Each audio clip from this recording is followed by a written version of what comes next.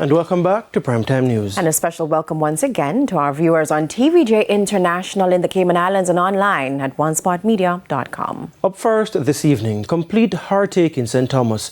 A community has been left devastated after a 14-year-old girl visiting from the United States was found inside her home with chop wounds all over her body. Now, the man accused of assaulting and killing the child was later shot and killed during a reported confrontation with the police. Ramada Lyons has the details. Pain, disbelief and tears. The scene in Prospect, St. Thomas Wednesday after a 14-year-old girl was killed. Police vehicles here rushing the child to the Princess Margaret Hospital. It's where she was pronounced dead. Reports reaching our news center are that the child, Tayan Sutherland, the daughter of a police sergeant stationed in the parish, was visiting relatives when she was attacked.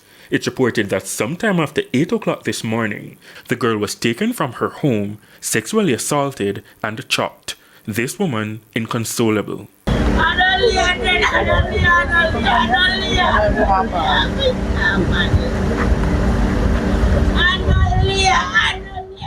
It's reported that the girl was taken back to her house, where her body was discovered with multiple chop wounds. When she was found, the police were called to the scene.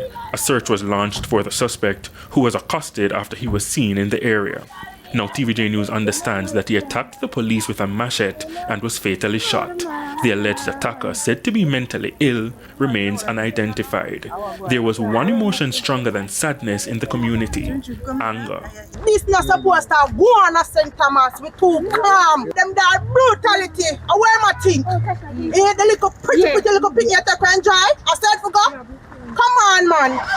We need to do better than this.